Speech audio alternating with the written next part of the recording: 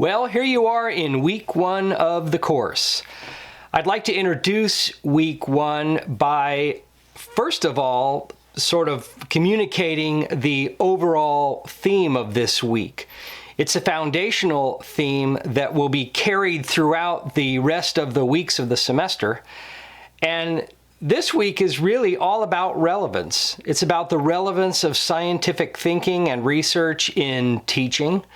And again, it's about the relevance of scientific thinking and research in teaching and learning. And to support that, by the way, as you know, we have one book assigned for this class, Understanding How We Learn. And this is a book that I really like for a number of reasons. And you might be wondering, well, why is this book assigned for a research class when it doesn't really present specific information about research? And the answer is because it presents examples of research. Research that has led to the development of learning theories, how people learn, as well as the development of instructional models that are based on basic and fundamental research. And also, I think that every single thing in this book is relative to you on your graduate instructional educational journey and practice, whereas typical educational research texts are, there's a lot of rather dense information. It's not always that well organized, in my opinion, and a good amount of it is not relevant to you in your practice. Also, those research texts are very expensive. I have a free open source text that's a support resource for the class. And this one is much less expensive and probably something that you'll keep. If for no other reason, then it's a really cool example of how to structure a text that uses graphics to genuinely support the messaging throughout the book. So I'm a fan of this, and you're going to be using this throughout the semester, including week one, where you'll be responsible for reading the first two chapters and doing a reflection over that. And those two chapters are very short and won't take you that long. So that's the overall theme for this class. I did want to point out that in addition to the text, you're also going to be asked to read some information and to view some resources online. So external web-based resources are an important resource and source of information for this class. I do have some specific articles that I've assigned throughout the class that you'll be reading and reflecting on. And not for nothing, I included a notes file for you, and I'm going to be referring back to the notes file regularly throughout the course, and in week one is no exception. So and those notes are organized by learning objective, and so throughout these experiences each week, my hope is that those experiences and your interactions with them lead to you learning the skills that are indicated in the course notes. And I'll be assessing the learning of that as they apply within the course projects. So those are the resources for the class. And another reason why I want to talk about relevance so much in week one is that, as I mentioned, the fundamental goal of this class is to help support scientific thinking. And that's very important and very relevant for you as a learner right now in your master's degree program, because I don't know if you noticed this or not, but you are earning a Master of Science degree in education. You have a concentration in curriculum and instruction, at least most of you do. But it's a Master of Science. It's not a Master of Arts. It's not a Master of Education. It's a Master of Science. And what that means is that, honestly, your graduate program all of it is designed to support your ability to think more scientifically and to apply scientific thinking to the study of learning, to the study of instruction, to the study of curriculum development, and really most importantly, to improving the efficacy of your own professional practice. So that's why scientific thinking and why the material presented first in this class is presented in order to support the relevance of this particular class. So that is what week 1 focuses on, and it's the activities and experiences include, and I'm going to bring up my notes here.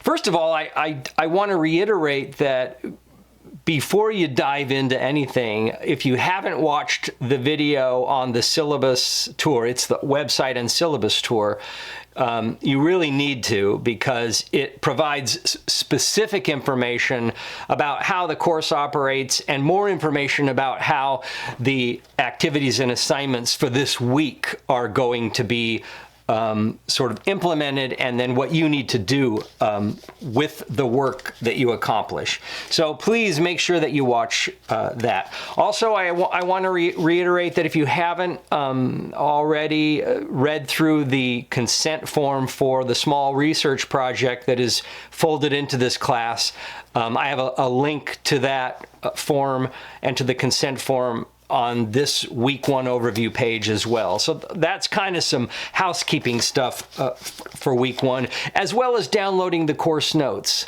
Again, those notes are always available from this website, but it would do you well to download that into your course folder, however you organize it.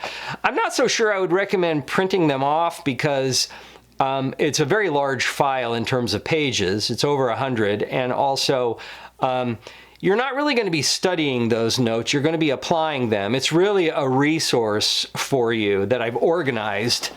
But you're certainly welcome to download. I always do. I download all course information. I 3-hole punch it, put it in a binder, and then I sort of use that and pore over that, because I'm at my heart, I have lots of habits that one would consider old school, and paper is old school to me. Okay, so one of the first things you're going to do in terms of an activity for this class is create a shared folder in a drive system that you're comfortable with. And I'm recommending Google only because it's easy, and I have a how-to video on how to create that. But if you have Microsoft OneDrive, or you have an Apple Drive or any other shared drive, you are free to use anything. The caveat there is that you need to make sure that folder is made public, so that everybody in the class, if they need to, or specific students who you might be teamed up with, need to access some of the information that you're working on. And also, the very first activity I'm having you do, or project, is create a personal profile about yourself. And you're going to put that inside the shared folder. And once you do that, that file will become shared. And that way, again, you're going to provide a link to your folder, and then I or any other person in the class can learn more about you. And that is one way to help you establish your social presence in this very unsocial, asynchronous learning experience. Also, as I mentioned, you're going to have to interact with some other students in the class who are teaching or going to be teaching in the same grade level and or subject matter as you. So everybody needs to learn a little bit more about you. So that's the very first thing that you're going to do. Then I have some, you have that little project, and then I have 4 reflections. Now, throughout the entire course, there are 10 reflections. 9 of them are going to be counted towards your grade. They're each worth 5 points. you can drop one of them. You don't have to do it. You might be taking a vacation and you just don't have the time or the effort or whatever, and that's fine. You don't even need to tell me about it. The system will automatically drop a 0. But you have 9 graded, and 4 of them are in week 1. And so the very first one has to do with you reflecting on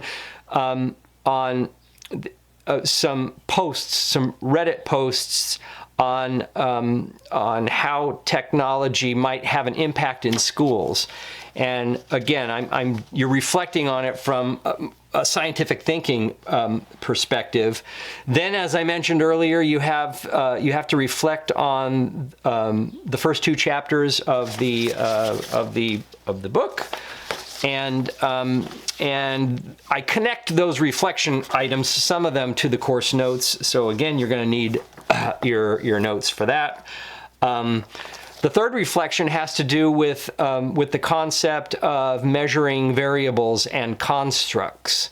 And again, that's foundational to scientific thinking. Constructs are foundational to research.